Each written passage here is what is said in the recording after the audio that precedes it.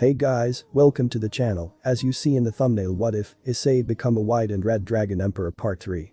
Before I start, please do support for more awesome content and subscribe my channel and like this video and also share this video with your friends. I have created my other videos playlist, there you can watch my all videos easily, check out as well. Let's start this video. Issei was in the living room watching TV and what he was watching.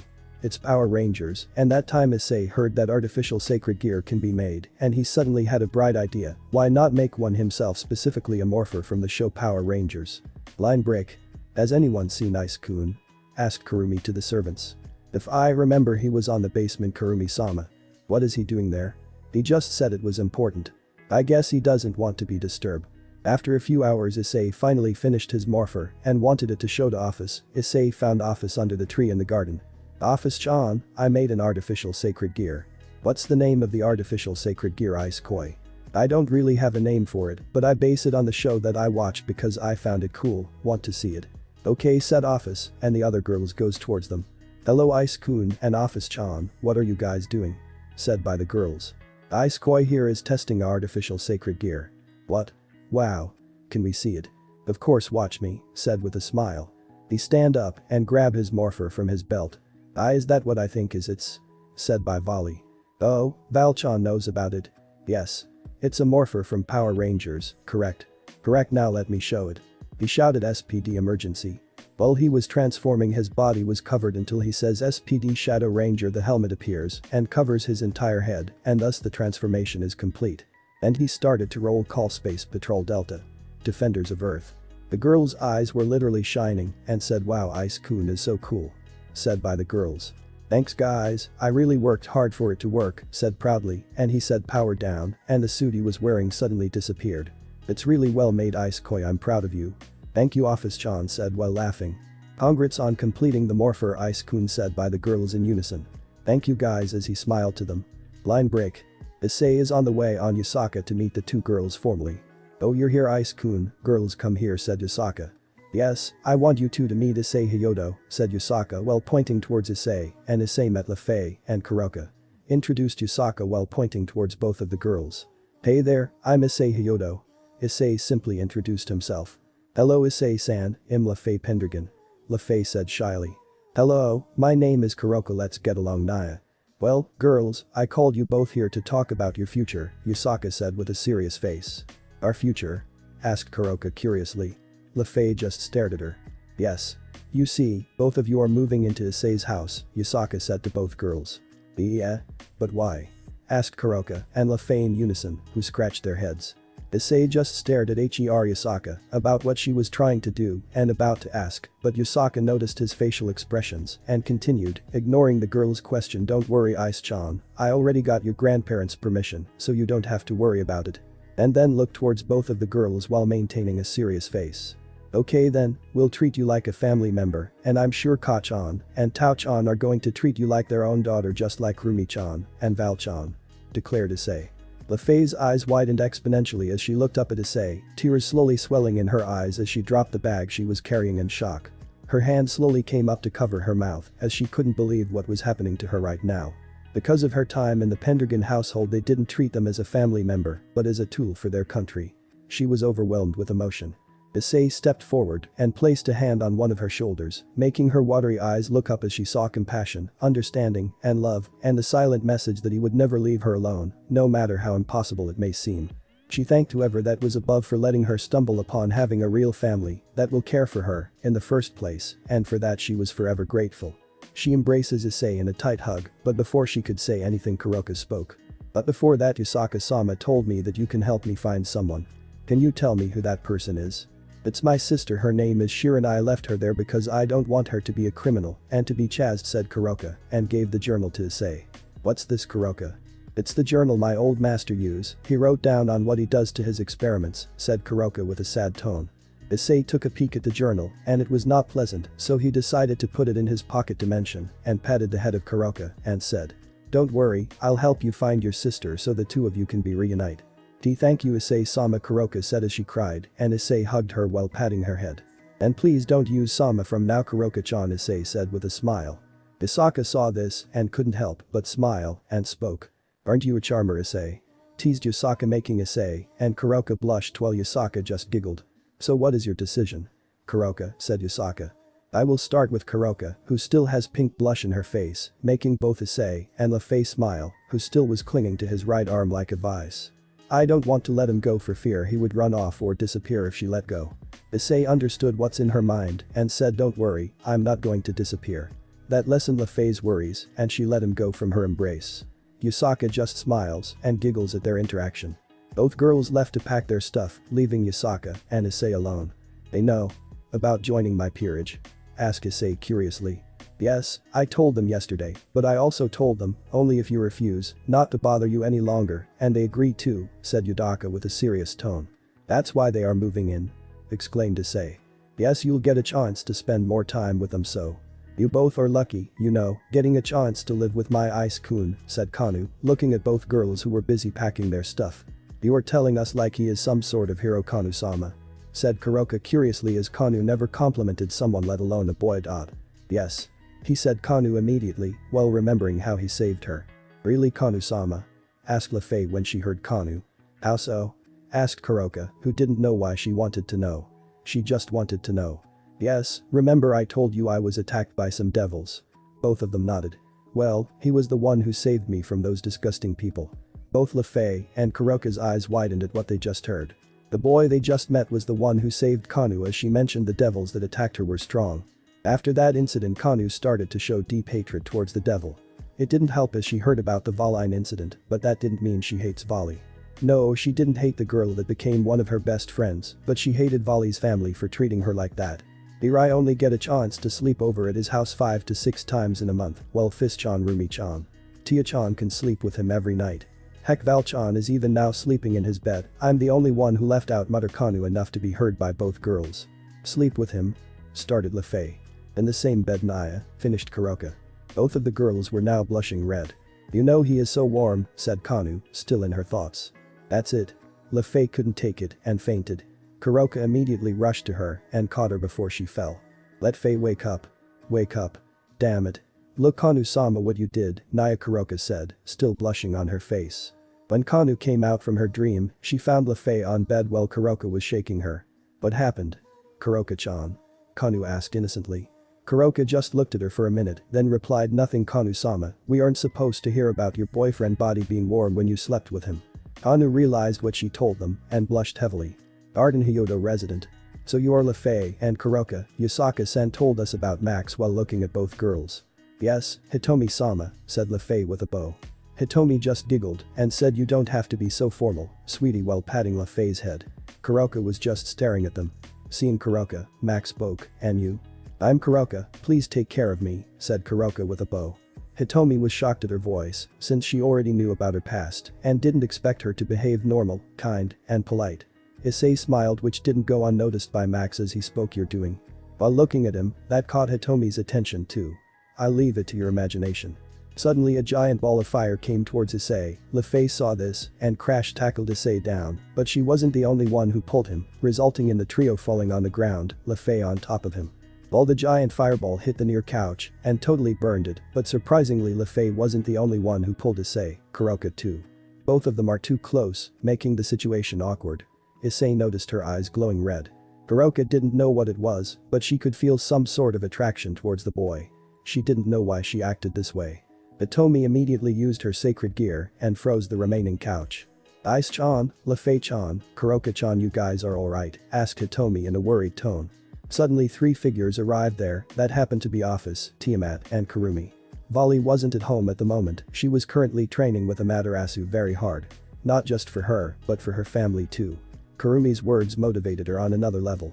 She too wants to protect her family, especially Issei, the one who is the sole reason why she is feeling this way. Issei didn't just save her, he gave her a family too, and joining his peerage is the best thing she ever did in her life. Kurumi saw Issei was on the ground, lying, and said, "What happened?" "And sorry about the couch, the barrier just broke, and why was Issei on the ground?" "Well, dear, your fireball is just about to hit Ice-chan, but thanks to Lefei-chan and Kuroka-chan he was saved," said Hitomi. Kurumi froze. She was about to hit her precious Ice-kun. Oh my god, what will Ice-kun think about her? What if he hates her for that? What if the fireball really hit him? That thought ran through Kurumi's mind. I'm sorry. I'm sorry. I'm sorry. I'm sorry. I'm sorry. I'm sorry. Ice-kun, I'm really sorry, I didn't mean it, you know. I can't hurt you even in my dream. Ice-kun, please don't hate me. I rather hurt myself. Before she could finish, she was pulled into a tight hug by Issei. Rumi-chan, I know you didn't do that on purpose. And there's no way I'm going to hate my cute queen. Thank you, Ice-kun, said Kurumi, hugging tighter while blushing at his remark of my cute queen. Who are those both girls? Asked Office. She wanted to know who tried to save her mate. She knew that type of attack is nothing for her mate, but someone tried to save him without thinking twice. Let me introduce Lafei-chan and Kuroka-chan, meet Office-chan, Tiamat-chan or Tia-chan, and Kurumi-chan or Rumi-chan, while pointing to Office, Tiamat, and Kurumi respectively when he mentioned their names, and everyone meet Lafei and Kuroka, both going to join our family. Said Issei while pointing towards them. Kurumi just bowed to them and said thanks for saving my Ice-kun from my fire. It's nothing, Kurumi-san, and don't have to bow to me, said Lafei. Max and Hitomi both smiled when they heard Lafei. It's no big deal, Naya said to Kuroka. Line break. Currently, Hitomi was introducing both Lafei and Kuroka to Issei's parents at the dinner table. I didn't know you were a kendo champion, said Tetsuya when he was told his own mother was once a kendo champion. You bet, Hitomi said childishly. It's awkward for them to see her behave like that, but when she is overexcited she behaves like a child. And who is the adorable blonde hair girl and cute black hair girl? Asked Miyuki while looking at Lafei, who has a nervous face. Hitomi saw this, and she has a perfect story. Also, the story will make them close to Miyuki too. The shyly adorable blonde's name is Lafei and cutie raven's name's Kuroka. Both of them were orphans before I adopted them today, said Hitomi. Aren't our family getting bigger and bigger after we moved here? Joked Tetsuya. Yeah, but isn't that what we always want? A big family? Replied Max. Tetsuya grinned and spoke. Yeah, but I think Issei is already making a harem for himself for the future. Before Tetsuya could finish his sentence, he was smacked in the head by Miyuki, of course. Lafei and Kuroka just stared at him at what he was talking about his son. While Issei choked the food he was eating. Hitomi decided to drop a tiny bomb that will surely help both of the girls to bond with Issei's parents anyway. Another reason is both of them saved Issei's life today, so before she could complete her sentence a yell can be heard in the entire mansion. Oh, so what exactly happened to Issei-kun? Miyuki said with a serious tone and glared to her son. Issei met his mother's eyes and started to sweat because of the pressure his mother was giving. It's just some accident, no one is at fault, Mom, Issei said, still sweating, and thought to himself, even if I'm a dragon god, Mom is still scary as ever. So did you get hurt? Tell Mom every single detail right now, said Miyuki with a cold and serious tone. Even if his son is strong, his parents are still gonna worry about him. That is how much Issei's parents love him. It took 5 minutes to explain every detail to his parents. Thank you for saving my son, said Miyuki as she patted Kuroka's head. Before Kuroka said something, Lafei spoke. I helped too, Lafei said shyly as she didn't want to be left out. Thank you, Lafei said to Miyuki as she patted her head too. I must thank both of you for saving my son. Let me know if you both need anything. Said Tetsuya with a smile. Even though Tetsuya and Miyuki knew that Kinda Flame wouldn't hurt their son, they decided to put an act together for the two new girls. Actually, one thing, Tetsuya-kun, I promised Kuroka-chan and Lafei-chan that you and Miyuki-chan can give them to Hitomi, while hoping they'll say yes when she asks them. What is it, mother? Tell us, said Miyuki, and Tetsuya nodded. Well, both of them are orphans. The other one parent treats her like a tool, and the other one loses everything. That's why I adopt them, but I can't give them a patently love. Can I? So I want you both to treat them as your own daughters. Said Hitomi, shocking Tetsuya and Miyuki. Tetsuya and Miyuki looked at each other and then smiled and looked at Lafei, who was watching them with a nervous face. We'd love to have Lafei and Kuroka as our daughters, said Hitomi, looking at Lafei and Kuroka and hugging them both. Now, don't get carried away. We must talk about Issei's punishment. Tetsuya, Hitomi and Max just sweat dropped. Issei paled. While Tiamat giggled. Volley, Lafei and Kuroka have confused faces, but Kurumi looks towards Issei. Issei, simply to say you are grounded for a week, said Miyuki. But Mom? How about summer camp? Issei asked nervously. You were grounded, right? So no summer camp for you, Miyuki said in a serious tone. Max looked at his wife how childish her idea was and caused cancelling the summer camp for their grandson, and he has a thought now that if Issei isn't going, then no one will go. It doesn't matter how much they want to go there. Since Office isn't going to leave Issei, Office prefers spending more time with Issei above all. Tiamat has the same reason as Office. Bali won't leave them, and as for Kurumi, she'll do anything for Issei. Let's not do this. They are quite excited about it, said Max. Hitomi nodded.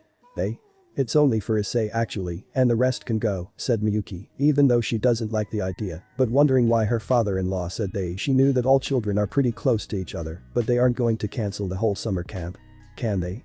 Only if she knows. Hitomi cursed herself knowing how much deeply Miyuki care and love Issei, and they won't let it slide without punishing him, so he won't do something like that again. But more importantly, Issei couldn't go summer camp this year. The very same thing that made Issei excited when she told him about summer camp, and because of her ridiculous idea of getting Lefei and Kuroka get along with Miyuki, and Tetsaya easily caused a family issue, and if doesn't solve easily, it is going to make big situation. Even if she knew Issei wasn't going, then it's the same with the others. She did know that Miyuki would be mad at Issei, but never thought of punishment, let alone prohibit him from going to summer camp. So she decided to interfere. I agree with all the punishment, but stopping him from going to summer camp inside. She doesn't like what she just said about agreeing about punishment, and if only she knew this idea would backfire, she would just find another way, but now everything ruined. We know Ka-san, but what Issei did was completely reckless, and we aren't going to change our decisions, said Miyuki. That was the final hit. Kurumi just couldn't take it and suddenly stand up and spoke. It's my fault, so punish me instead of him. He did nothing, it was all my fault and stupidity, stated. Kurumi was still lowering her head. Miyuki just looked at her and saw how much her face was full of sadness, regrets, and shame. Bali has no clue what was going on, so she decided that she'll ask them later. Miyuki just looked towards her and Hitomi decided to ask what she meant. What do you mean? Rumi-chan. I was responsible for that incident, which didn't happen at all, stated Kurumi. Issei didn't like what she was saying. Yes, it was her fireball, but that didn't mean he would let her go to face the punishment alone, and spoke. She is just saying, so I can go to summer camp, mom. She has nothing to do with this, Issei said immediately, much to everyone's shock. That statement made Max proud that his grandson willingly protects what is precious to him without giving a single thought, but frowned at Hitomi's idea. Tiamat and Vali giggled mentally at the overprotective nature of Issei about them. They knew Issei doesn't show favoritism to them, and if he stands for Kurumi, he'll stand for all of them too. Lefei and Kuroka now have some idea of what incident they are talking about, but both of them have shocked faces when they hear Issei standing for Kurumi. Now I can understand why you fell for him, Kanu-sama, thought both Lefei and Kuroka. The office just looked at him with a smile on her face. She knew her mate was caring. Hitomi is now at the point, didn't know what she'll do next, so things go how it's supposed to be. Kurumi just stared at him and then smiled when she understood he was just protecting her from the same punishment. That's how her precious Ice-kun is, but she isn't going to let him take all the punishment, and said, no. Aunt, it's my fault. And you both share the same punishment for a week along with the forbidding of going to summer camp. The rest can go to summer camp and you both can do whatever, but we aren't taking you anywhere, said Miyuki while looking towards both of them. Her heart just broke after seeing her son and her niece's face. She didn't want to separate the children, but what she could do so Issei would be careful next time. Better be safe than sorry. She didn't want to prohibit them from going to summer camp, after all she was the one who suggested it in the first place, but she can't let them slide it without punishment. Issei just left the dining room without finishing his plate. Max and Hitomi didn't like the things that just happened. It's supposed to be just a prank, and this is the first time Issei left the dining table, but when Tetsaya, Miyuki, Lefei, and Kuroka noticed the plate, they found that he didn't touch his plate. Their moods suddenly became regretful. After all, today's food was all Issei's favorite, and he left without eating. I should say no to Hitomi when she suggested that idea. Well, the deed has already been done, thought Max with a sad face. I just ruined everything. I didn't know that Miyuki will punish him. Hitomi cursed herself and looked where he was sit before his plate and frowned, and my poor grandson didn't eat anything and it was all his favorite. I don't even like the idea, but, thought Hitomi. My Issei isn't going to summer camp and have some type of restrictions on him. Who cares? He will do whatever he wants and I'll make sure of it. No one will stop him doing anything he wants, even the entire world against him. I'll stand by his side, no matter what the situation is, as thought Office, while Tiamat having the same thought. Too much thinking similarity about their mate between a dragon king and a dragon god.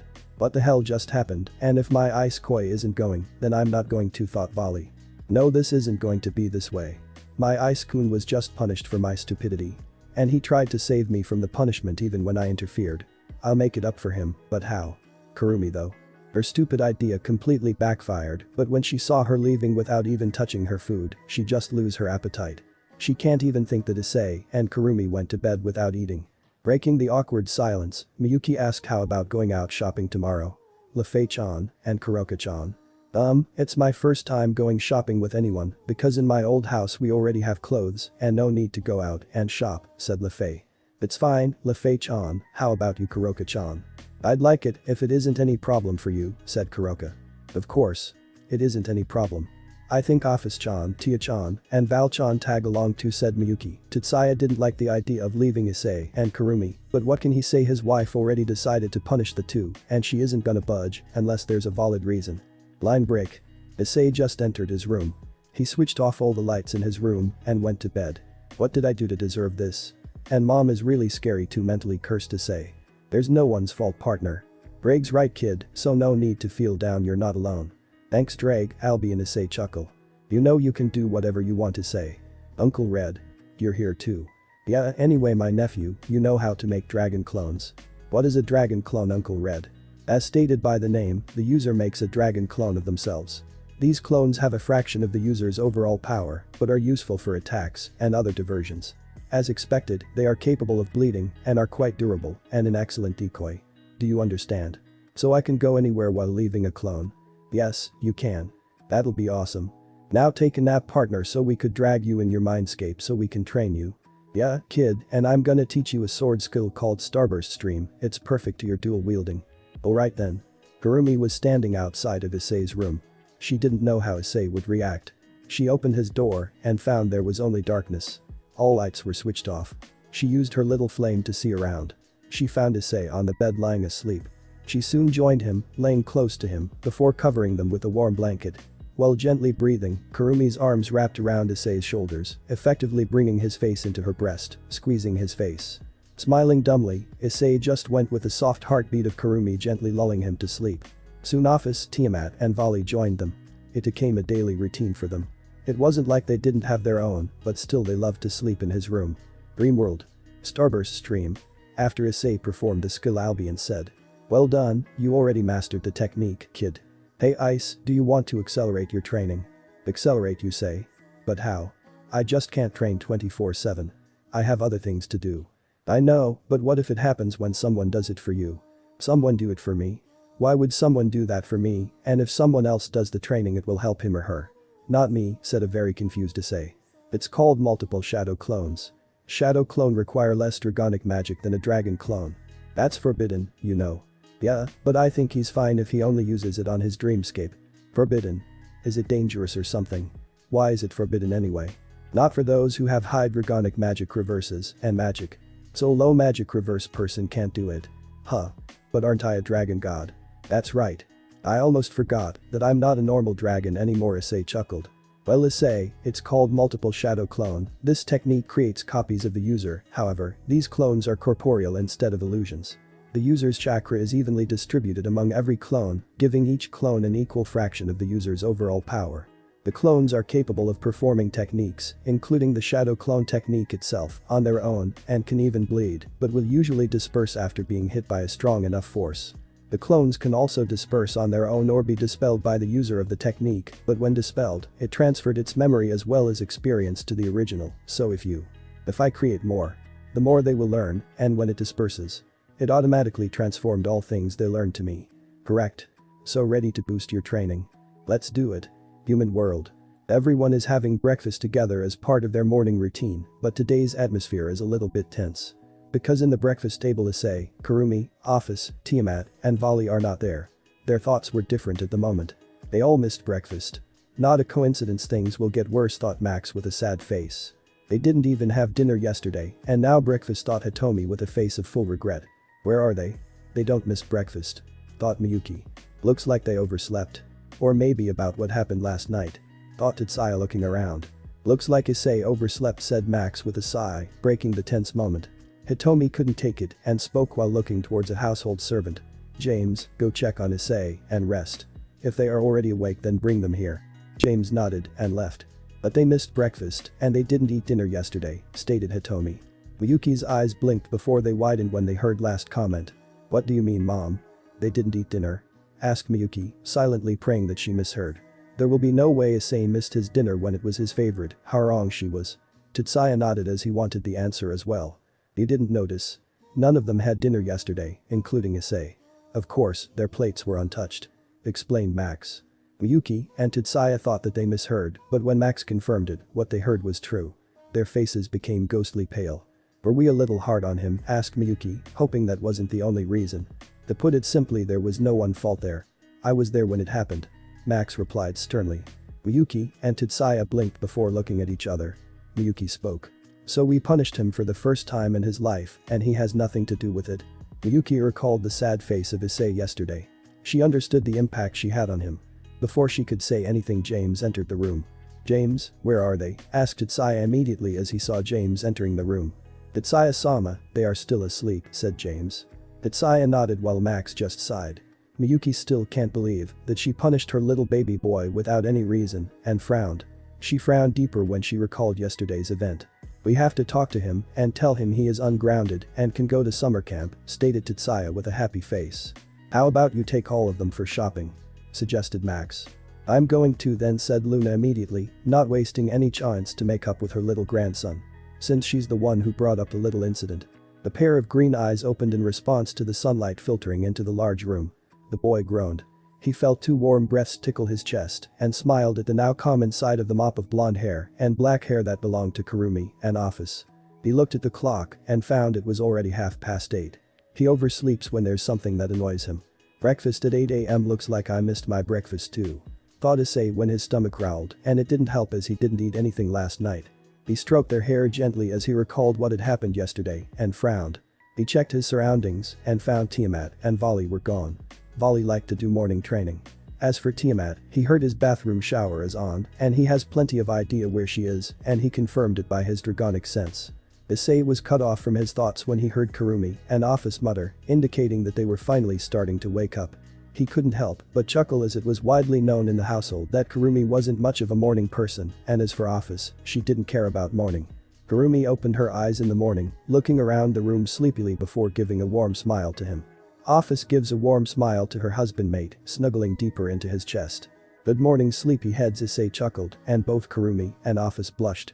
Good morning my Ice-kun, Ice-koi said by both girls. How are you feeling Ice-kun? Kurumi asked. Tired. And kind of hungry, Issei stated. We missed breakfast too, not to mention we didn't have dinner yesterday, Office said calmly, still snuggling in his chest. I think only I missed, don't tell me, said Issei not liking the idea that they didn't eat too.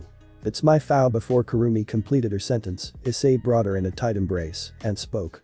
It has nothing to do with you, my cute queen, and don't forget it, given we are grounded and restricted to go summer camp, but we can still have fun at home, right Office Heim? My husband speaks the truth, Rumi-chan, I was there too, so just forget it, and how about a bath together then breakfast? Replied Office. Suddenly the bathroom door opened and revealed Tiamat, who wore nothing but just a towel. Issei blushed deeply seeing that, while Office and Kurumi narrowed their eyes. Seeing Issei's face, Tiamat smirked. Like what you see. Ice-kun. Said Tiamat in a very seductive tone, making a seductive pose too. Issei blushed heavily and thought to himself it's still daytime Tia, but before Tiamat teased him more Kurumi spoke. Cut it Tia-chan, this isn't the time. Yes, Rumi-chan is correct, Office stated, who is now sitting on Issei's lap. I already have a plan, but first go take a bath you all. Said Tiamat. Suddenly someone opens the door and enters the room. Issei looked at the person who entered his room and spoke with a smile. Good morning Val-chan. Volley smiled and leaned towards him and gave a peck on his cheek and said morning Ice-kun, Rumi-chan, Office-chan, you guys finally awake huh? Yeah, we're going to take a bath together. Wanna join? Asked Kurumi. Of course I'll join, and Office-chan, did you cancel the registration for summer camp? Asked Volley. Cancel the registration? Oh yes, I already cancelled it last night, simply Office stated. Issei looked at her with a look of disbelief and said, why did you do that? Don't you want to go there? Office just looked at him and said, I only want to go there because you were going. She is telling the truth, Issei, we all agreed to go there because you were going. Said Tiamat. You mean you all are Issei, but was cut off. Not going, finished Volley, and that's right, we already cancelled our registration. Issei is about to say something if Kurumi didn't say something. Kurumi already knows what's going on in her Ice-koi mind. She simply cupped both Ice cheeks with her hands and said, we are all going because you wanted to go there, Ice-kun, it's pointless to go there without you. Before she could continue, Tiamat cut them in the middle. Anyway, I have talked to Kanu and she is coming here within an hour. Then we can discuss it, said Tiamat. Kanu arrived and was noticed by Miyuki. Ah. Kanu-chan, it's good to see you again, said Miyuki when she saw Kanu at the door. Good morning, Miyuki-sama, it's good to see you too, replied Kanu politely. Kanu-chan, did something happen? Asked Hitomi suspiciously. Kanu has slept over here many times, but she never visits Issei early in the morning. Tia-chan informed me about joining some plans and asked to come early so we could have breakfast together as well as discuss. Said Kanu. Joining plans? May we know? Asked Max.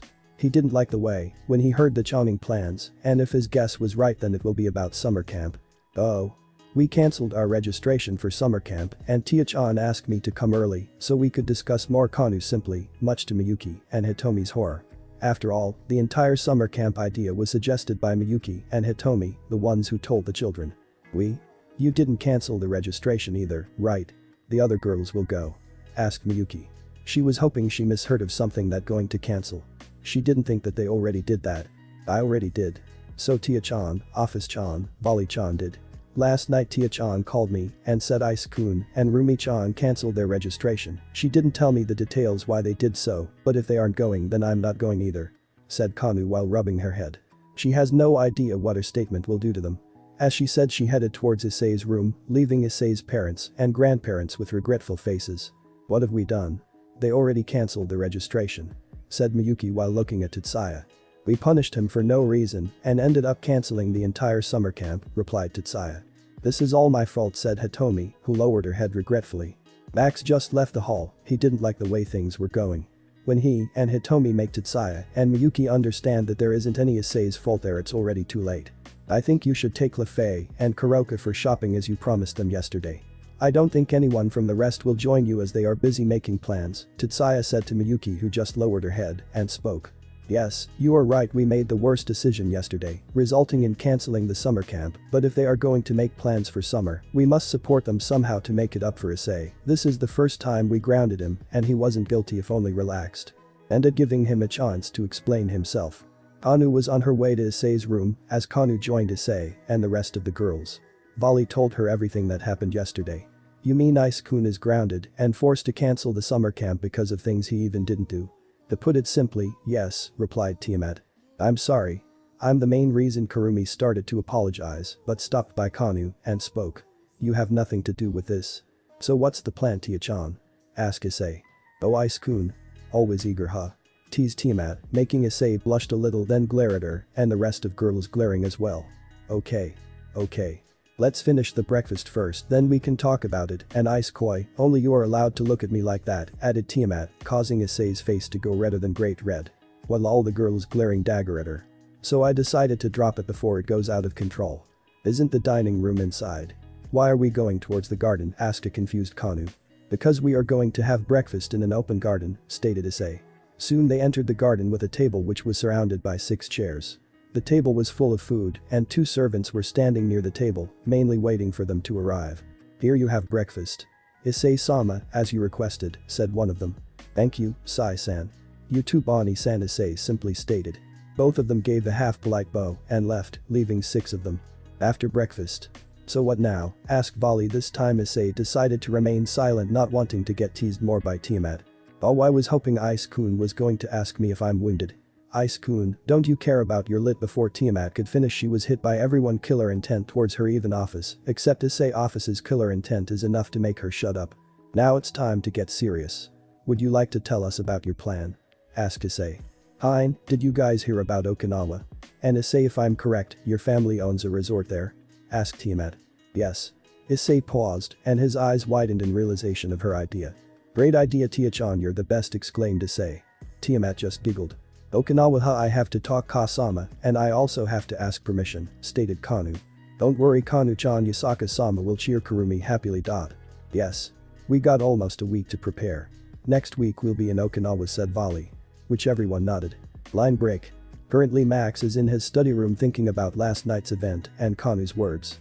He couldn't help but think about the possibility of Issei requesting to go back to Kuo. He shivered just thinking about the possibility. He was cut from his thoughts when there is a knock at door. Knock knock. Come in. Issei entered his grandfather's study room and simply looked at him. Max smiled when he saw Issei was the one who came. Please, Issei-chan, do you want to talk about something? Asked Max. Yes, Grandpa, we decided can we go to Okinawa next week? Asked Issei. Okinawa? quite a lovely place for summer, we already have a resort there. And next week you say okay fine. Max immediately agreed and gave permission, not wanting to cause any more disturbance inside the family. I'll inform Hitomi, Miyuki, and Tatsuya so don't worry about that, added Max. Grandpa Issei thanked him and left. Okinawa. Huh. Let's go there then. I already know Luna, and Hitomi will immediately agree to go there with them, and as for Kin Hitomi alone enough to make him come, thought Max. An hour later. Max was seated on the couch in the hall while drinking tea. When he heard Hitomi, Miyuki, Fei, and Kuroka's sounds of chatting. He looked at door and find 4-figure entering the room. How was your shopping? Lefei-chan, Kuroka-chan? Asked Max. It was great, we had ice cream there, said a very excited Lefei. We bought stuff for summer camp too, said Kuroka. Hearing her mention of summer camp, Max frowned while Hitomi and Miyuki just lowered their heads. Lefei noticed the reaction and asked, did something happen? That's not when we came to know the truth behind the incident and found Issei was innocent. We were about to tell him that he can go and the rest, but it was too late, you see. Volley, Tiamat, Office, and even Kanu all cancelled their registration yesterday as Issei did. Stated Miyuki with a low voice. She wasn't happy when she prohibited him from summer camp and found out that he is innocent and completely broke her. She even started to doubt if she was a good mother. Well, I have a good development there. Stated Max with a smile. Development? What is it? Asked Hitomi curiously. 1 hour ago, Issei came to my study room and before he could finish he was bombarded by Hitomi and Miyuki's questions. What is it? He wants to go somewhere. He wants to go to summer camp. Or do something. Is he okay? Tell us. Miyuki and Hitomi asked in unison, much to Max's surprise. He never saw Hitomi acting this way, and who is kidding, this matter includes her grandson and a baby son for Miyuki. Well, they want to go to Okinawa, said Max. Okinawa, didn't we own a high-class resort there? We are going to then, said Miyuki without thinking twice. Okinawa is a fitting place to spend summer, as expected from my grandson, said Hitomi before giggling. Well, he is still thinking that he's grounded and I didn't clear the misunderstanding because I wanted you, Miyuki-chan, to clear it tonight at the dinner table. It started on the dinner table and will end it, declared Max. Line break. Max, Hitomi, Miyuki and Tatsuya are already present at the dinner table, along with Lefei and Kuroka. Lefei and Kuroka both agreed on going to Okinawa instead of the one that they originally planned if the rest were going. Flashback. Lefei is sitting in her bed thinking about whether she'll go summer camp or in Okinawa, as Issei suggested wanted to go. If she continues and goes to summer camp next week, then Kuroka is the only person she knows, and even Kanu-sama isn't going. She was cut from her thoughts when someone knocked at her door. How minutes open, said Lefei. Kuroka-chan. Said Lefei when saw Kuroka coming in. Lefei, we need to talk. Stated Kuroka with a serious face. Which Lefei understood. Is it about the summer camp? And about the changing of plans, do you want to go to Okinawa? Asked Lefei with a smile. She has been thinking the same thing for the past hour. How did you, so you are thinking the same, asked Kuroka. To tell you honestly, I like the way Issei-kun stands for Kurumi-chan. Don't you agree? Asked Lefei. Well, you are right, and seeing the look on the rest of them I can easily say he'll stand for them too, Naya stated Kuroka. Isn't he the king? Yeah, and Kurumi is his queen, Naya. He even took her blame on himself without thinking twice. He is different, King Naya. Instead of building an peerage, he is building a family. I guess you are right, this is one of the reason I agree to join his peerage. Do you already want to join, Naya? Yeah, I want to join Nani-sama's peerage. Don't tell me you don't want to. He treated us like his family, he gave me the family I ever wanted, I felt it when we went to shopping today. I guess you're right, let's talk to him after dinner, Naya. Flashback ends. Issei and the rest of the girls entered the dining room and found everyone staring at them. Ice-chan, come here. Ka-chan, ordered Miyuki. Which Issei followed as Issei went near her and she pulled him to her and forced him to sit on her lap, much to Issei's embracement. Mom? Shouted Issei in embracement, his face becoming a little red. What is, Chan? Do you want something? What are you doing by suddenly pulling me on your lap? Oh, it's simple, I'm going to feed you, Use-chan. And she looked at Tatsuya, who nodded. We are sorry for yesterday, Ice-chan, Miyuki and Tatsuya said in unison. Sorry? And what for? Asked a very confused Issei. We punished you for no reason, even we prohibited you to go to summer camp, as Miyuki said and lowered her head and said we wanted to say sorry. It's okay, Mom. You only did that because you are worried and wanted to teach me a lesson. Replied Issei with a smile. No, it's not okay. Ka-chan is going to make it up for you now, so Ka-chan decided to go with you and the girls to Okinawa. Declared Miyuki, much to Issei's shock since he thought only the girls were going. Really? Yeah, and you, and Kurumi, both are ungrounded, said Hitomi while patting Issei's head. Thank you Oba-san, replied Kurumi as she heard Miyuki. Urumi-chan Oba-san is sorry okay? Sweetie. Miyuki apologized. It's okay Oba-san. Now Issei open your mouth, let Ka-chan feed you, say H, said Miyuki, much to the Issei embracement. At the end of the day everyone has happy faces. Issei felt someone pull the edge of his shirt, he turned around and saw Lefei and Kuroka were standing there. H-chan, Kuro-chan, may I help you with something, asked Issei. Lefei and Kuroka both have slightly blushed at the nickname Issei gave them. Yes, Ani-sama can we talk to you alone asked Lefei, Kuroka nodded in agreement. Okay. Follow me, said Issei, and indicate to them to follow him. He led them to a garden where no one was present there. Pei-chan, Kuro-chan. Is something wrong? You both can't tell me anything, and I listen. Asked Issei in a very concerned tone. Lefei and Kuroka both blushed at the nickname not to mention his concerned voice melted them, not to mention his draconic presence. We want to join your peerage Naya. Kuroka spoke, looking in his eyes. Lefei nodded. Huh? Are you sure? Asked Issei, not wanting to force them into something that they don't want to. Yes Ani-sama we both talked about it and decided to join if only you let us, said Lefei, and smiled. She knew now Issei won't turn her down. Of course. You both are welcome anytime, but before we proceed further I would like to reveal a secret and I want complete secrecy on this topic. Asked Issei. Seeing his serious face, Lefei decided to ask what is Ani-sama. You both know that I'm not a human right? Asked Issei. Issei-kun is a dragon, correct? Naya said Kuroka then she looked at his face which clearly showed there was something else to right Issei-kun. There is something more Kuro-chan which you both didn't know. What is it Ani-sama? Lefei decided to interfere. I'm not just a simple dragon, I'm far more than that said Issei, who is now going to reveal one of the most secret things about him. Well, you see, I'm a dragon god, stated Issei. Lefei and Kuroka both froze for a minute. WW what? But how asked Lefei and Kuroka. Well I'll tell in future, if Issei started to explain he isn't ready to reveal everything, but Kuroka stopped him and spoke. We understand you aren't ready for this and we completely respect your decision, but if you want to tell us anytime our ears are all yours said Kurokai, who was soon joined by Lefei. Hi, Ani-sama Kuroka-chan is right and we still want to join your peerage, said Lefei with a determined face. Let me see Kuroka is good at Senjutsu and Lefei is good at magic okay? I've decided. Issei nodded and completed the ritual to make Kuroka and Lefei as his bishop. Line break. So both of them joined your peerage, mate, asked Office seated on grass under a tree in the garden.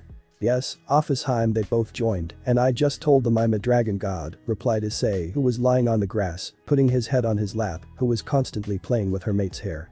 So what do you want to do with them? Ice koi? Asked Office, who was enjoying playing with her mate's hair. I want to help them reach their true potential also I want you to research about Kuroka's species and the proper way to reach her true potential so they will become strong in future and as for now I'll ask Tiamat to give them basic dragon training. As for the other girl, Lefei is a descendant of the legendary witch, Morgan Lefei. Lefei is a highly skilled and talented magician, proficient in magic ranging from black magic, white magic, Norse magic, fairy magic, and teleportation circles. She has also mentioned her knowledge of many forbidden spells. She's already really strong and will continue to get stronger. The wise choice made I'll help them in more advanced training when they reach the level of a high-class dragon and maybe later for Lefei she can reach Dragon King or even Heavenly Dragon who knows. It'll take 1 or 2 years to dig in Kuroko's species. You don't have to worry about it mate. I've already sent my spies to gather information about her species. We'll get it in a day said Office with a smile. Thanks Office Heim I don't know what to do if I don't have you, Heim said Issei. Office giggled and leaned towards his face and give a pick on his lips and said probably messing up the things. Time skip. 1 week, Okinawa. The sun was high as the sounds of crashing waves only added to the serene view that was the beach. The sky was blue with only a few clouds in sight. The sounds of people either talking or enjoying the weather at this moment gave the area a pleasant atmosphere. Currently, lying underneath a parasol, Amaterasu was lying on a beach chair, enjoying the gentle breeze, wearing a red bikini that revealed her voluptuous figure. It caught the attention of several teenage males that kept getting a glance at her. When Issei told her he isn't going to summer camp, she asked why. When he explained the situation, she was pissed, beyond pissed. Issei swears he never saw something that terrified besides her mother. He somehow managed to calm her by telling her about the Okinawa plan which ended up joining her. Lying next to him, underneath the same parasol, was Yusaka who was sleeping chest down on a towel. She wore a black bikini that revealed her voluptuous figure while concealing both her ears and tails. When Kanu asked for permission for the Okinawa trip, she immediately agreed and decided to tag along for the trip. That made Kanu more than happy. They were watching the children's making a sandcastle. Except Issei. "Where is my Otanto?" asked Amaterasu. "He forgot something in his room so he went to grab it," said a feminine voice from behind. Amaterasu and Yusaka turned to see Miyuki and Hitomi were standing, both wearing sundress and a straw hat. Oh, Hitomi-sama and Miyuki-san greeted Yusaka. Meanwhile with Issei. "I can't believe it, how can I forget my goggles in my room? Now that I finally got it, I should go back to the beach." With that, Issei closed the door of his room and walked to the beach. He didn't pay attention to his surroundings, just walking towards where he left his girls making a sandcastle. He accidentally bumps into someone, resulting in both of them falling to the sand. Issei looked at the person he bumped into. The said person was a girl with black hair styled in a short bob cut and violet eyes. He stared at for full 5 minutes, the girl doing the same. When they realized what they were doing, they both blushed, and without thinking twice, Issei spoke. "I'm sorry, I wasn't paying attention to my surroundings. Are you okay?" "It's okay, I'm fine, I was doing the same," said the black hair girl. "Issei name's Issei," Hyoudou introduced Issei. "Sona, my name is Sona," Citri introduced the girl. Issei looked at the person he bumped into. The said person was a girl with black hair styled in a short bob cut and violet eyes. He stared at for full 5 minutes, the girl doing the same. When they realized what they were doing, they both blushed, and without thinking twice, Issei spoke. "I'm sorry, I wasn't paying attention to my surroundings. Are you okay?" "It's okay, I'm fine, I was doing the same," said the black hair girl. "Issei name's Issei," Hyoudou introduced Issei. "Sona, my name is Sona," Citri introduced the girl. Issei closely examined the girl who he bumped into. The one who introduced herself as Sona, Citri, was wearing a blue strapless two-piece swimsuit. "Wait, did she say Citri?" The Citri clan, one of the remaining 33 devil clans of the 72 pillars. "Why is a member of the Citri clan here?" thought Issei, still looking at her. When Sona caught, he was still looking at her. She blushed, but before she could say anything or he asked anything, they were distracted when they heard a feminine voice from behind.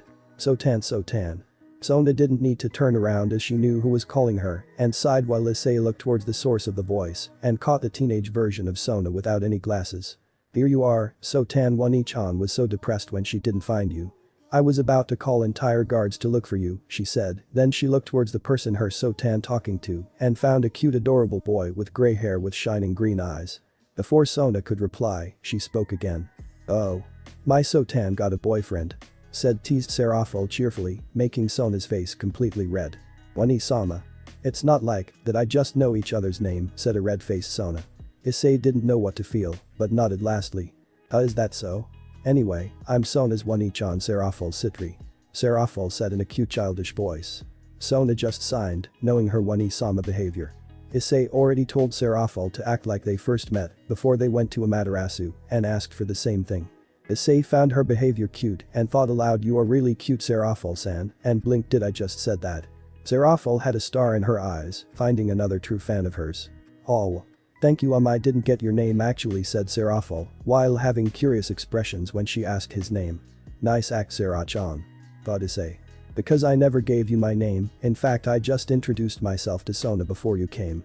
Anyway, my name is Issei Hyoudou." Issei introduced himself with a smile which caught Serafal off guard. Now that I think about it, when we first met, Issei-kun's family name was Hyoudou. Was he related to them? Thought Serafal, but before she asked anything, another feminine voice interrupts them. "Ice-chan. Where are you?" "Here you are, Ice-chan," said a feminine voice.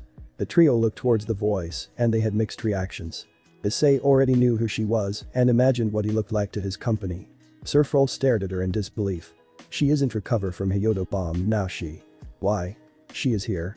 And she used a nickname for Issei. She must be close to him, thought Serafal still with disbelieving eyes. Wow. Her power is so great. Even surpassing Wani-sama. She is like Sun, who is she? And she used a nickname for Ice-kun to be his Wani-sama, thought Sona, still amazed by the aura she was radiating. "Wani-chan. Ami Wani-chan, I was just talking with them," said Issei while pointing towards Citrus. Amaterasu just looked at them and immediately identified them. She usually hates the devil, but when she caught Serafal she smiled. After all, she may be a devil, but a different one than the most greedy ones. Looks like Otanto already making friends with a devil king. Wani-chan. Did he just say that? And to Amaterasu no less. Hyoudou and she were really close then, and I told Surziches many times to make a better relationship with other factions, but he always said let other factions make a move first, thought Serafal. I knew it. his one-sama, but she is powerful, which means Issei will become powerful in the future too. Thought Sona with a dreamy face. Greetings Lady Leviathan, Arisitri said Amaterasu in a polite tone. Issei remembered his history teaching and Devil Civil War and immediately recognized Seraphol as Devil King Seraphol Leviathan. Hello Lady Amaterasu greeted Seraphol in her childish and polite tone. Did she say Amaterasu, as one of the top 10 strongest beings, and Ice-kun called her One-chan? Who are you Issei? Thought Sona, looking at Amaterasu, but she decided to greet her after all she is the heiress of House of Citri, and it won't look good if she didn't greet someone like Amaterasu, it would be an insult if she didn't. Greetings Amaterasu-sama greeted Sona politely. The well-mannered girl she must take after you Seraphol compliment Amaterasu while Seraphol giggled, and Sona blushed. What are you doing here Amaterasu-san? Asked a very curious Seraphol. Spending quality time with my little Otanto, maybe he'll add me to his harem in future said Amaterasu while saying the last part in a teasing tone. Which got her immediate reaction from Issei who blushed red that would put great red to shame. One-chan exclaimed Issei in embarrassment. Amaterasu just giggled. Seraphol looked at them with a star in her eyes. While Sona just stared at them with shocked expressions. Can I join too? Asked Seraphol. Much to Sona's embracement. One-sama this time the voice comes from Sona. And this time Seraphol giggled. Of course Seraphol said a very excited Amaterasu. Yay replied Seraphol in very childish behavior. One-chan sama exclaimed Issei and Sona in unison. This time both Seraphol and Amaterasu both giggled. Anyway, how about joining us Seraphol? Asked Amaterasu. Of course. Amaterasu-san we'd love to say Seraphol, to which Sona nodded while looking at Issei. Issei just smiled. Let's go So-chan you'd love to meet the others, exclaimed Issei as he held her hand and ran towards others, completely missing a blushing face of Sona. While Amaterasu and Seraphol giggled again. He is holding my hand. Thought Sona. Here we are So-chan, said Issei, who brought back Sona from her dreamland. She found herself looking towards 7 girls. Issei found this awkward, so he decided to introduce Sona to others, since he brought her. Hey girls. Meet Sona our new friend. And Sona meet Kurumi while pointing towards the blonde girl Valine while pointing towards the silver hair girl. Lefei pointed towards another blonde Kuroka while pointing towards the black hair girl. Anu while pointing towards the last blonde Tiamat while pointing towards the deep blue hair girl and my office while pointing at midnight hair girl. Which caught Sona completely off guard. Kanu as Princess of Hyoudou, Tiamat the Chaos Karma Dragon, and Office as Infinity Dragon God, and he said my office, and he is still alive. What in the world is going on here, and each of them radiating the aura of ultimate class. How? Thought Sona, but she decided to drop it and introduced herself. Hello, I'm Sona Citri. Nice to meet you greeted Sona with a small bow in a pure-blooded manner. You must be interested in us, and yes, we live together if that's what you were thinking, said a very amused Tiamat. And if you think asking any of us to join your peerage you mentioned yourself Citri, then we politely decline since we are off limits said Valine, not wanting to get Sona hope high, since Sona can easily tell they are powerful very powerful indeed. First Sona was disappointed, but nodded nevertheless. I understand said Sona. Isaka and Hitomi were discussing the whole trip and making plans for dinner when they were interrupted by a third voice. Look who I found here Yasaka-chan, Hitomi-chan said a feminine voice which happened to be Amaterasu's. Both of them first looked towards Amaterasu and then the girl next to her. It took a couple of seconds before they recognized the Devil King. Isaka-san, Hitomi-san it's a pleasure to meet you again, and greeted Seraphol politely. Seraphol-san indeed it's a pleasure to greet Hitomi back. Yasaka nodded and asked what are you doing here, Seraphol? She decided to take her little sister Sona here, where her little sister bumped into Issei and where I found him making friends with Sona. Replied by Amaterasu, Seraphol just nodded. Issei's name caught Hitomi off guard. She eyed Seraphol and said in a very threatening calm tone, if you dare to harm my cute little grandson or try to add him in your peerage, you'll find yourself in a very complicated situation, even if you're a devil king. Seraphol swallowed nervously while Yasaka nodded in agreement. In the last few months, Yasaka started to treat Issei as her own son which she never had. I wouldn't dare as he carries the name of Hyoudou, and if he is related to you then trust me no one in the devil faction is going to make a move against him assured Seraphol, and Sona makes a friend, other than that spoiled princess she muttered the last part to herself, but Hitomi. And Yasaka heard it clearly, but decided to ask it later. Don't worry Issei can make her comfortable, and he has lots of friends, so don't worry as he now going to introducing them to her. Your little sister is going to make lots of friends, and ladies it's summer break, and we come here to have fun mind if Seraphol and her little sister join us. I assured you she won't harm Ice-chan said Amaterasu. Then it is okay with us anyways, we are making a special plan for dinner. "Come join us," said Yusaka with a smile as they started to plan the evening. Surful caught sight of Sona smiling and talking with Issei and his friends. First she smiled and then froze when she looked at Issei's friends. Every one of them radiates the aura of ultimate class, if not higher than that, except for a certain blonde princess. She paled when she saw Tiamat and Office together, talking with them. She knows both dragons are friends, but she never sees them together, even seeing Infinite Dragon God, and lives to tell the tale that is completely unheard of. "Is that Office?" asked Seraphol with disbelief. Amaterasu giggled. Yusaka sighed, knowing where the upcoming conversation would go, but fortunately it was Hitomi who replied. "Yes, the very same. I hope is it not a problem I guess." Seraphol looked at her like she had grown a second head, the very same woman who threatened her if she did anything to her grandson. Yusaka read her facial expressions and replied before anyone interrupted. "Office and Ice are close, very close, and don't worry, she won't harm her mate. And if you are thinking Office or Tiamat will harm anyone, then I like disappoint you that they won't do anything like that." Which Amaterasu then looked at Hitomi and Yusaka, both of them nodded, which brought smile on Amaterasu's face, and she continued, "I mean we can guarantee that," replied Amaterasu with a serious face. "And I hope this discussion will not be made public," said Yusaka in a tone that she won't take no in answer. Seraphol just shook her head and said no. "I won't inform higher up, but still Hyoudou, Kyoto, Shinto gods, Office, and Tiamat working together can cause an uproar in Underworld, not to mention rest of his friends." "That's what Ice is doing," said Amaterasu, and giggled. "Yes, he has a very unique way to bond people together," muttered Yusaka in a low voice, looking at her daughter who was holding Issei's hand. Seraphol-san. What do you mean, spoiled princess?" Yusaka asked, and got the attention of Hitomi and Amaterasu. "Oh my, you heard that? Well, it's the sister of the current Demon King Lucifer," Seraphol said. "Did something happen in the underworld?" Hitomi asked. "No, it's not really major, it's just that princess is the best friend of my Sotan, and that princess is really spoiled, so I don't want Sotan to be influenced by her," Seraphol said in an irritated tone. "You really love your sister, Seraphol." "Like how much I like my Ice-kun," Amaterasu said with a dreamy tone. "Kaya Ice-kun." Hitomi, Yusaka, and Seraphol just giggled at the action of Amaterasu. This felt a chill run through his spine. "I have a bad feeling," muttered by Issei. "Did you say something, Issei-kun?" asked by Sona. "Oh, no, don't mind me, let's go." "Line break. Where are we going, Bachan?" asked a very excited man as he was told they were going to have a special dinner. With both Seraphol and Sona joining them. Tetsuya and Miyuki told that Seraphol and Amaterasu are old friends and she is here with her little sister for summer. Which they agreed. Max agreed for them to join, and Hitomi told him the entire conversation, so he agreed in the end with a condition of keeping a close eye on her. "Ice-chan, it's secret," replied a very amused Hitomi. Issei pouted while making a cute expression, while the rest of the ladies found it cute and fought their urge to yell kawaii. Suddenly Issei got a devilish plan and smirked widely. Hitomi instantly caught his smirk and it already raised a red flag. Issei raised his arms in front of his mother with a lost puppy look on his face. That makes him too adorable in the lady's eyes. Miyuki bent down to lift Issei into her arms and placed her comfortably on his hips. Miyuki loved it when Issei acted cutely to her little Issei is everything. Hitomi sighed as she knew if Issei asked her mother now, she'd answer anything and everything. "Mom, I'm hungry," Issei said with a puppy look. "Don't worry, son. We are about to reach the beach, where we plan an open-air dinner, so we can admire its beauty while having dinner. I'm 100% sure you're gonna like it," said Miyuki, who was completely busy adoring her little Issei. Issei placed his head on her shoulder and smiled while asking, "Can we have ice cream after that, Kachan?" "Of course. We can," replied Hitomi as she gave a peck at his cheek. The Fae, Kuroka, Sona, and Seraphol have surprised faces.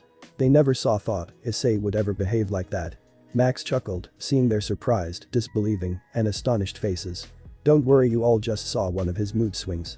Which is only limited to his mother." Then he looked at his grandson and said, "You have my respect for my grandson, you learned from the best." Issei beamed and smirked, "I know." Everyone laughed except Miyuki, who was still busy mothering his son. Soon they reached a place near the beach where they found a round table with many chairs around it and 2 waiters around it. "This is Hyoudou, I presume?" asked one of them.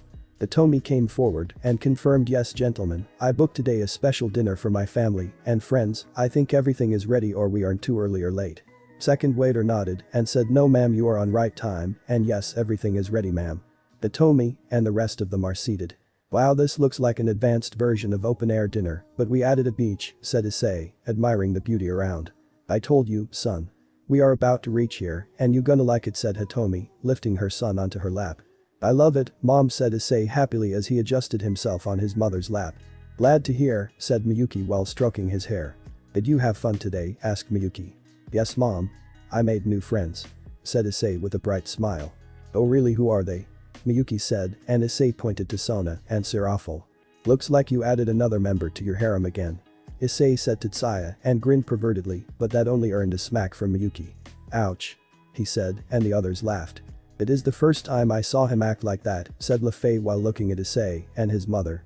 Well, his mood swings are like that, he acts cutely and is adorable around his mother if he wants something, Kurumi said with a smile. Wait until you see how he behaves in a battle duel training. The amount of concentration, seriousness, and determination he shows can actually rival mature adults, and when it comes to intelligence and battle strategy, he is a genius, a prodigy in simple language, surpassing everyone I know. Heck, even my own mother, said Kanu. While watching interactions between a mother and a son, which caught everyone's attention except adults who were busy with their conversation. Really, Naya? Asked a very surprised looking Kuroka. Kanu nodded. As expected from my mate, my ice office started with a half smile. Or playfully corrected Tiamat. Mate? Wait. You mean started Kanu, but before she could finish Tiamat replied bingo office Markham already, and I'm planning to do same. Bali looked at Tiamat and then office with disbelieving looks. Kanu blushed redder that put great red in shame. While the rest of the girls have confusing and curious faces except Sona as she knows what mate means in certain races. Mate means husband or wife. In simple language Issei and Office are already married in Dragonic law. Tiamat told them bluntly when she saw confusing expressions on girls' faces. All girls except Office and Tiamat have jaws hanging on the ground. All of them looked at Office to deny it, but when she blushed it confirmed what they just heard was true. When Office heard married, she blushed, which confirmed what Tiamat said to the rest of the girls, but before any girls comment, Tiamat also added, and she is willing to share, so Issei can have a harem. You mean Kurumi started? We can, continued Kanu. Also continued Vali with a red face. Marry him? Finished Lefei and Kuroka in unison. Of course. You all can, as I already approved of you all, but make sure he stays away from any girl who isn't good for his health and wealth, is that clear? Stated Office with an authority voice. To which every girl nodded. Isn't it good for health and wealth? Asked Lefei with a confusing tone. Tiamat sighed and said she meant any gold digger or any woman who wants him to use his power for their personal gain. Lefei's eyes widened in realization. Don't worry. We'll be damned if we let something like that happen, Kurumi said to make her claim. Yes, she is right, and don't worry, I'll kill them myself, Office stated simply. Sona, who was listening to the entire conversation, paled at the thought of the poor girl facing the wrath of the Infinity Dragon God. Soon the dinner was over and Issei and the girls went for ice cream with Miyuki while the rest of them decided to walk around the beach. Thank you mom for the ice cream, you're the best, beamed Issei while taking a bite of his chocolate ice cream. Office also took chocolate ice cream as she had seen her maid eating before. Kurumi and Kanu took strawberries. Vali, Lefei and Tiamat took orange, and lastly Kuroka and Sona took vanilla.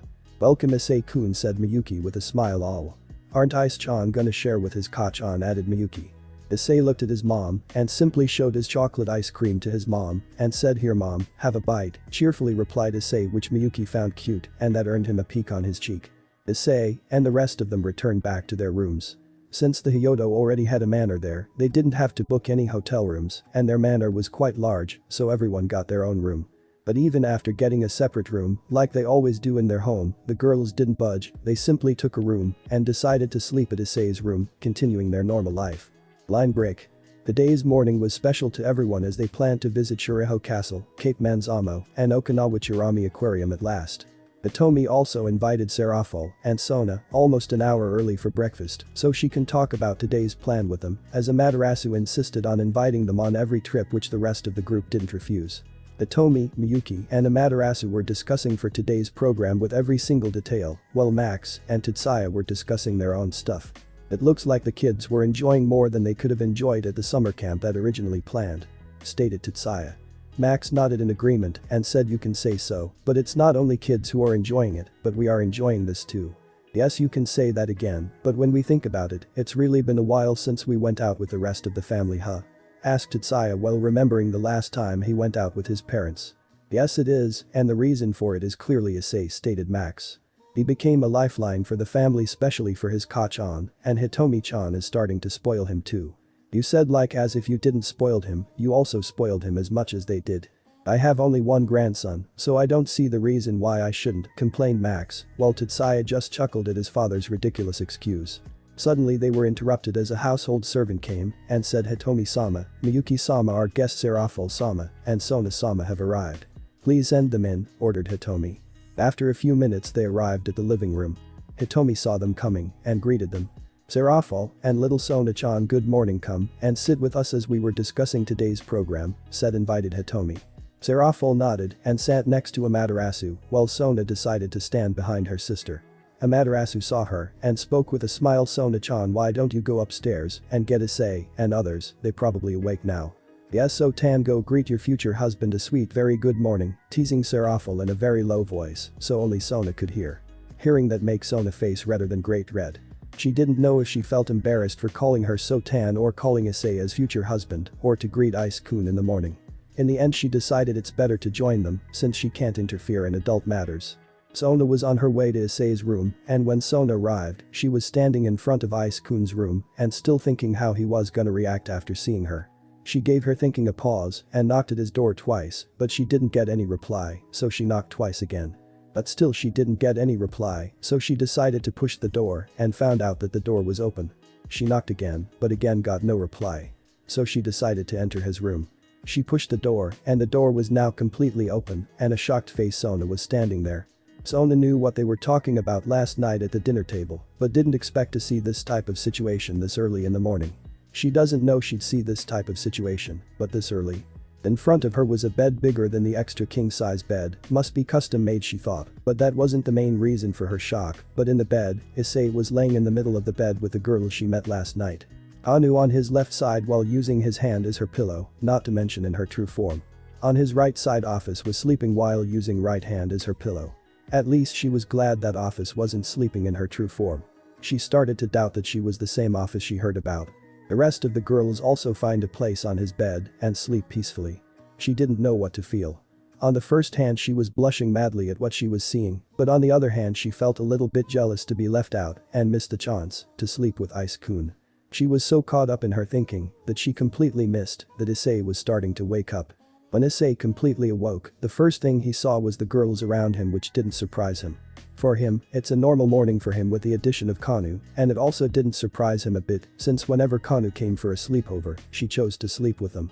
But when he looked at the door he found Sona was standing there with her mouth open and a very shocked face. He just rubbed his head in confused manner at her expression and said, good morning So-chan, it's good to see you again, greeted Issei, still laying on his bed. To Sona it brought her back to her consciousness. Issei's voice woke Kanu up, who was now starting to wake up. Sona decided to greet him back and tried her best to hide her blushing face. Hitomi-sama has sent me to get you and others downstairs, said Sona while compassing herself. Sounds like Bachan, said Issei, and before he could finish his sentence Kanu's voice interrupted him, who happened to be half awake now. 5 more minutes, Ice-koi, mumbled Kanu and snuggled deeper into him. Now resting her head on his chest. Issei just patted her on the back, completely missing the bright red face of Sona, who started to play with her finger. Please tell Bachan, we'll be downstairs within half an hour, said Issei before starting to awaken others. So we are going to visit these places today?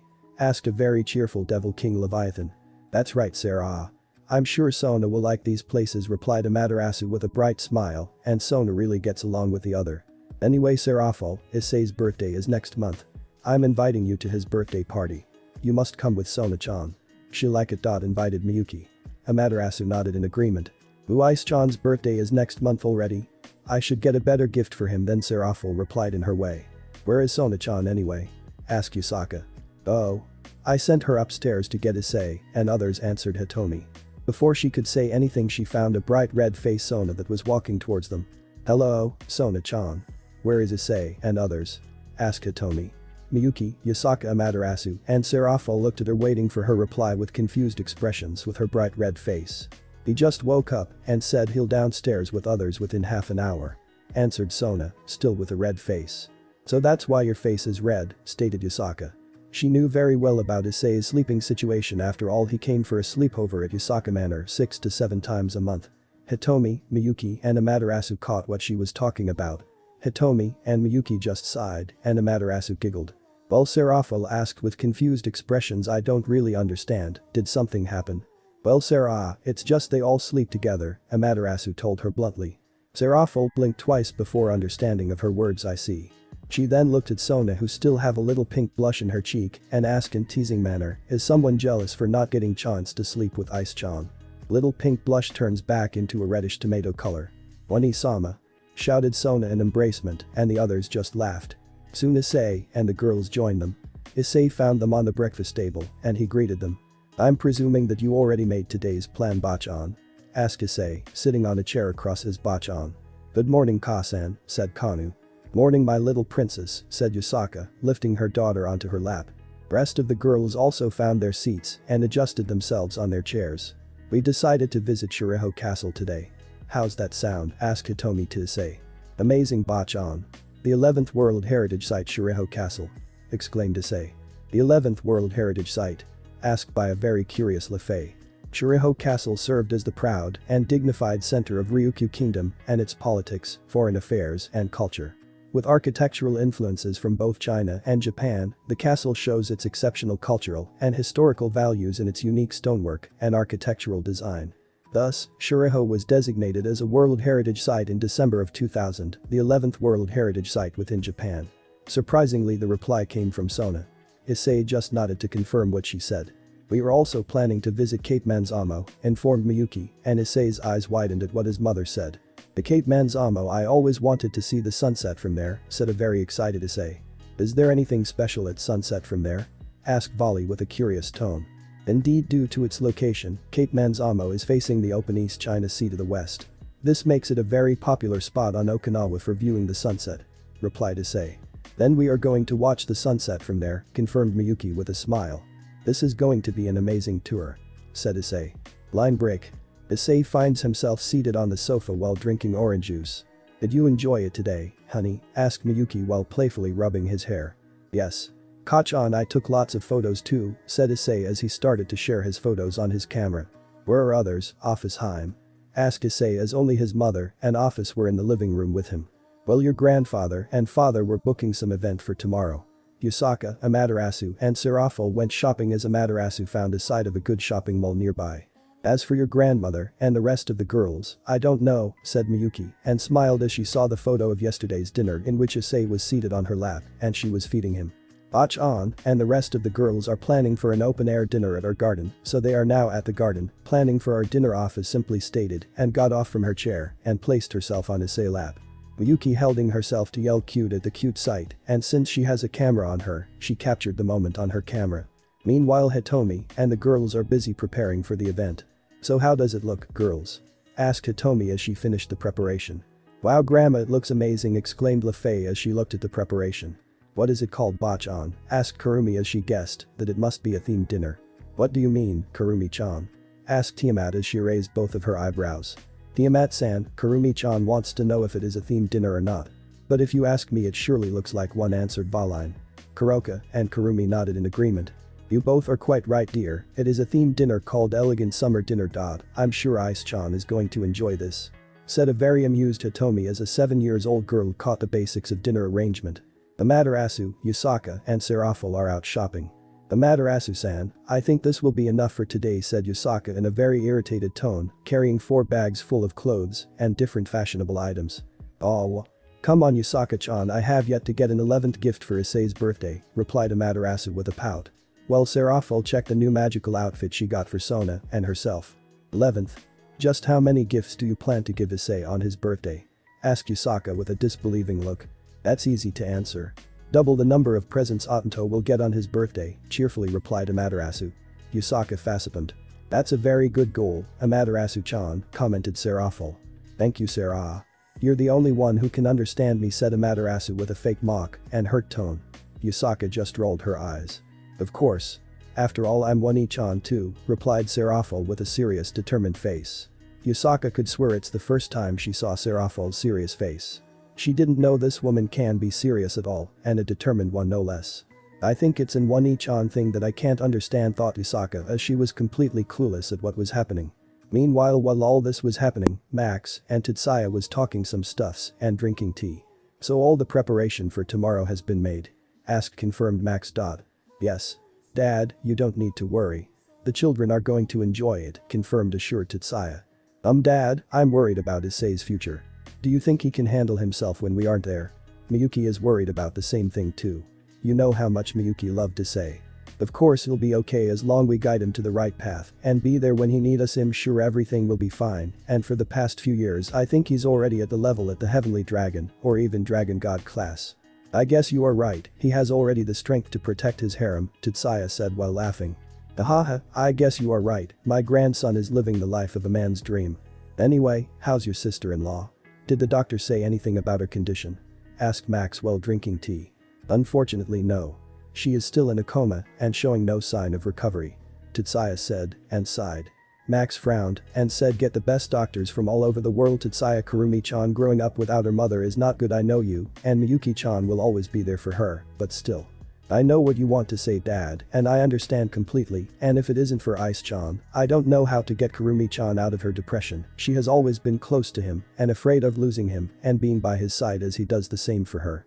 And the way she's willing to stand up for him, like what happened at the whole summer camp issue and what happened at the dinner table, she stood for him there, and Issei didn't disappoint her and did the same, said Tetsuya with a smile, remembering the whole drama at the dinner table. And don't worry. I'm already in contact with a specialist. That's good to know. Anyway, Issei's birthday is next month. I think we will make him heir of the house. I know he already is. What I mean is make it official. What do you say? Asked Max with a serious face. He knew Tetsuya won't disagree with him, but making it official means more paperwork for Tetsuya. Surprisingly, Tetsuya nodded and said, I was thinking the same thing, Dad, it's time to make it official. Max nodded with a satisfying smile and said, when are we returning back to Kyoto? In 4 days, Dad, is there a problem? Replied Tetsuya with a question and also raised his eyebrow while saying the last part. Aren't we going to organize a business party too? Answered Max as he raised both of his eyebrows. Tetsuya blinked and sighed heavily, knowing too well that when they introduce Issei as heir to the house, many things will be changed in his life. They've returned. So it's a goodbye then? Asked Sona in a very low tone that only Issei can hear while looking downwards. Issei looked at her for a moment before tackling her in a warm hug while whispering something in her ear that made her giggle. Serafo looked at her baby sister with a warm smile. When she planned the trip, she never thought this trip turned out this way, and she was glad that it turned out this way. Sona giggled much to the Serafal's shock and delight, who had never heard her cute little sister giggle before. So-chan, you hurt me. Do you really think it's a goodbye? Here, I thought you'll still be in contact with me and the rest of us, whispered Issei with a mock-hurt tone. Sona giggled. Issei broke the embrace much to her disappointment and other girls' delight. I'm going to miss you all were my closest best friend, said Sona sadly. Especially you, Yusu-kun. What do you mean by were? We are still best friends and nothing is going to change that, said Kurumi.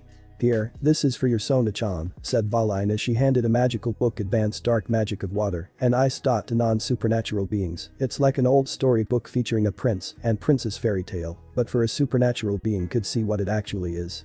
And don't forget that my birthday is next month. Aren't you coming to my birthday, So-chan? Of course. I'm going, idiot. Anyway, you didn't tell me what you want on your birthday. Asked Sona in a cheerful tone, who completely acted 180 degrees to her original personality, much to her one-sama joy. You're just fine, Issei replied nonchalantly. Sona blinked once and twice and then the third time as she processed what he had said before her cheeks flared an alarming shade of crimson. She wasn't sure that she could go any redder than this. What did you just say? Stuttered Sona nervously, breaking the embrace. I want you to come. I know as the heiress of House of Citri you'll be bus, said Issei, but before he could finish, Sona tackled him in a tight embrace. Aka, I'll never miss it for anything, Ice-kun said to Sona as she then did something that surprised everyone, especially Issei. She gave him a soft but gentle kiss on his left cheek. When Serafal saw this, she was surprised at first like the rest, but that turned quickly to a smile, especially when Sona moved away and Issei began to blush red from what she had done. Serafal even giggled like a schoolgirl when she saw that her baby sister was now as red as a cherry from what she had done and had her head down trying to hide it. It seems that So-tan has a little crush on Issei, thought Serafal as she giggled again and thought how cute the two would be if they got together. The office looked surprised for a moment, then covered it with a perfect emotionless mask. Tiamat has a mischievous smile. Kurumi and Kanu were now glaring daggers at them. The Fae was now a completely blushing mess. Baline and Kuroka were trying so hard to compose themselves, but still a little pink blush could be seen on their faces. Adults were equally surprised, but then smiled. After that, Issei and the others started to walk away as they did. Serafal and Sona waved goodbye to them. I'll see you next time, Sera-chan. So-chan, be careful on your way home, said Issei. See you next time, Ice-chan, said Serafal. Be careful on your way home to Ice-kun. As they were walking, Serafal suddenly turned her head slightly and spoke to her little sister. Should I start planning the wedding, Sotan? Wani-sama. Cried an embarrassed Sona as her Wani-sama laughed at the young girl's bright red face. Thanks for watching this video. Part 3 is over. If you really enjoy this video, like, subscribe, and comment down below and turn on that bell notification. And also check out the playlist that I have created and enjoy. Link is in the description. See you in the next video. Goodbye.